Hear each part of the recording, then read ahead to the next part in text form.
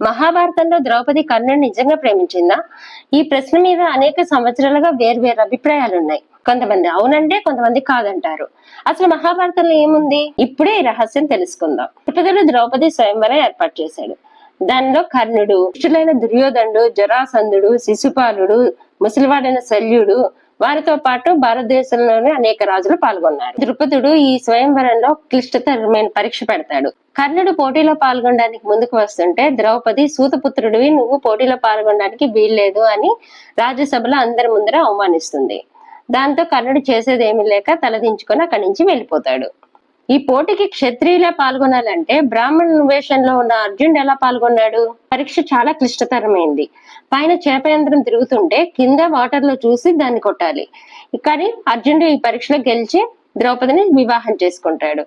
అయితే ఈ దుర్యోధనుడు, జరాసంధుడు వీళ్ళు కొంతమంది రాజులు కలిసి వీళ్ళతో యుద్ధానికి వెళ్తారు. యుద్ధాన్ని అర్జునుడు, భీముడు కలిపి అడగడతారు. చాలా సినిమాల్లో, సోషల్ మీడియాలో ద్రౌపది మనసులో కర్ణుడి మీద ప్రేమ ఉందని చెప్తారు. అక్కడికి జోదు సభలో కూడా కర్ణుడు ద్రౌపది చేసిన అవమానాన్ని గుర్తుపెట్టుకొని బేసియా అని సంబోధిస్తాడు. వీరిద్దరి మధ్య చూస్తే చాలా బాధాకరమైన విషయాలు, అవమానాలే కనిపిస్తాయి. అంటే ఇంట్రెస్టింగ్ విషయాల కోసం మా ఛానల్ సబ్స్క్రైబ్ చేసుకోండి. వీడియో నచ్చితే లైక్ చేసి మీ ఫ్రెండ్స్ తో షేర్ చేసుకోండి.